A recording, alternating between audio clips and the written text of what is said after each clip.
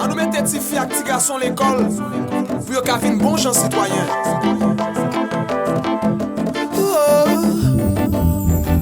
Maman m'a mise à l'école pour apprendre à BCD. Mais ces paroles, ça nous CAIR fait du plaidoyer pour le financement national de l'éducation afin de promouvoir l'éducation universelle et gratuite pour toutes et tous. Le Fonds national pour l'éducation, ou FNE, est un fonds créé en 2011 pour permettre à l'État haïtien de payer entre autres les frais scolaires, la construction d'écoles ou les cantines scolaires. Il a pour but d'assurer l'éducation de chaque enfant haïtien et d'offrir à tous les citoyens des opportunités d'apprentissage tout au long de leur vie, grâce au prélèvement de taxes. Vous connaissez sûrement déjà ce Fonds national pour l'éducation. C'est les 1,5 $ américains qui sont prélevés sur les transferts d'argent internationaux et les 5 cents sur chaque appel international entrant ou sortant. Une belle idée, non ?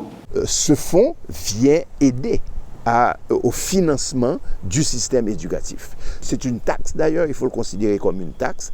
Donc cette taxe est une innovation intéressante, importante, mais que l'on doit gérer mieux que c'est fait actuellement. Depuis 2016, le collectif pour la loi sur le FNE, un regroupement d'acteurs nationaux et internationaux créé sur l'impulsion de CAIR, s'est battu pour que le Fonds national d'éducation soit légalisé et encadré jusqu'au vote de la loi par les sénateurs en juin 2017. L'idée, c'est là depuis lancé depuis l'année 2011. Donc on a la loi, parce qu'on a dû voter après un peu de temps, mais pour qu'on ait l'autre pas qui fait. Mais on continue à prendre l'argent. La collecte de fonds a commencé depuis 2012 sur chaque appel international et sur chaque transfert d'argent. Depuis la création du FNE, les millions collectés ont-ils permis de faire avancer l'éducation en Haïti ?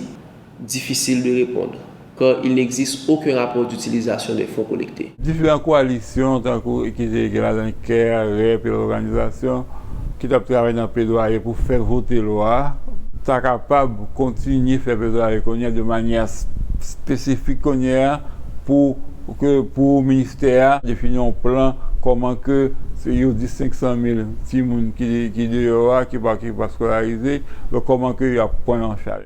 Et là ça nous avons dans pile secteur qui a travaillé pour droit à l'éducation, question et secteur qui a travaillé pour petits gens, donc qui même entrer là-dedans. Le montant total des fonds collectés à date n'est pas disponible. De juin 2011 à mars 2017, pour les appels téléphoniques, le Conatel a déclaré un montant partiel de plus de 142 millions de dollars américains. Pour les transferts d'argent, 189 millions de dollars américains ont été collectés. Les organisations membres du collectif FNE et la société civile demandent aux autorités de mettre en place des mesures de reddition de comptes et de contrôle des fonds du FNE. Le directeur général du FNE a été installé le 26 novembre 2018. Le plaidoyer doit continuer pour que le prélèvement contribue vraiment à améliorer l'éducation en Haïti comme prévu dans la loi.